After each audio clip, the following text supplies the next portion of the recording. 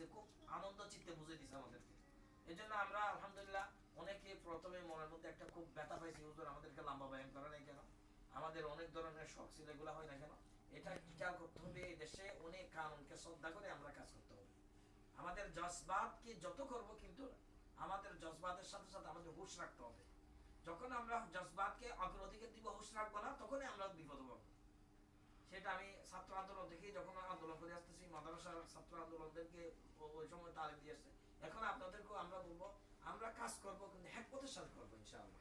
সবাই রাজি আছেন ইনশাআল্লাহ? ইনশাআল্লাহ। আমাদের মধ্যে কোনো ভুল ত্রুটি হলে আমরা আপসের মধ্যে সাথে সাথে আমরা ওই ভাইকে বলে দিব, এবং আপসের মধ্যে এটা নিয়ে একটা আমরা ইয়া করবো, এটার উপর কোনো ভাইকে দোষ চাপাবো না ইনশাআল্লাহ। ইনশাআল্লাহ। সবাই রাজি আছেন তো ইনশাআল্লাহ। আমি বলি যে এখানে আমাদের সময় কিছু ভুল ত্রুটি হয়েছে, ওগুলো আমরা লিখিত বদ্ধ করে বলবো, আগামী যাতে আমাদের ভুল ত্রুটিগুলো না হয়।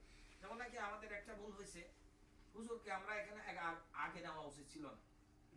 এটা আমাদের ভুলটা কেমন হয়েছে, কেন হয়েছে, যে আমরা অন্য ওলামা ইকরাম আসলে সেখানে আগে চলে যায়, হুজুরদের সাথে আড্ডা মারে, লোকদের সাথে আমাদের সাথে, তারপর একটা মুনাসেবত হয়।